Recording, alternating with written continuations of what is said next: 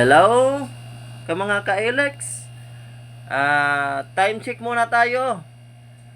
11:13 ng umaga. Umagang tapat. Mainit na mainit. Kailangan tayo ng aircon.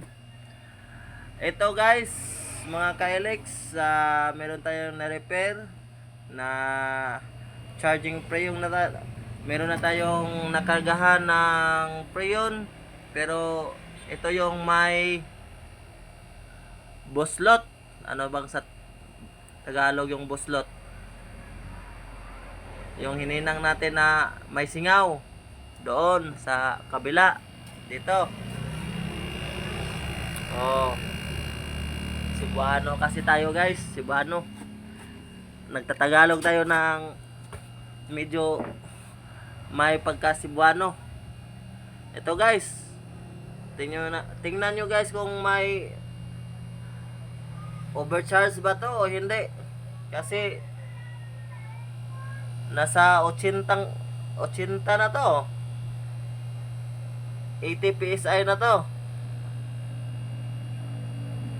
Oh, tapos 4.0. 4.44 Oh, ano to guys? Anong sa tingin niyo? Overcharge ba to? Pero hindi naman namamatay yung compressor. Inaobserbaran ko pa. Pero ang charging talaga nito is 70 PSI. R-Toto kasi ito. R-Toto ang preyo nito. Hindi ito inverter. Oh. Ginawa ko siyang 80 kasi sira na kasi yung gauge ko. Advance na.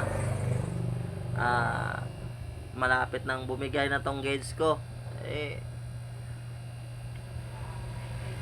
Magagamit pa naman. Ito guys, mga ka-Alex, 4.0.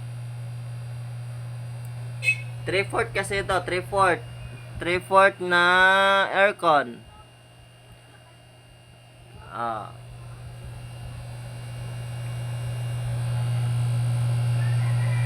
Hanggang dito lang muna tayo guys. Thank you your time.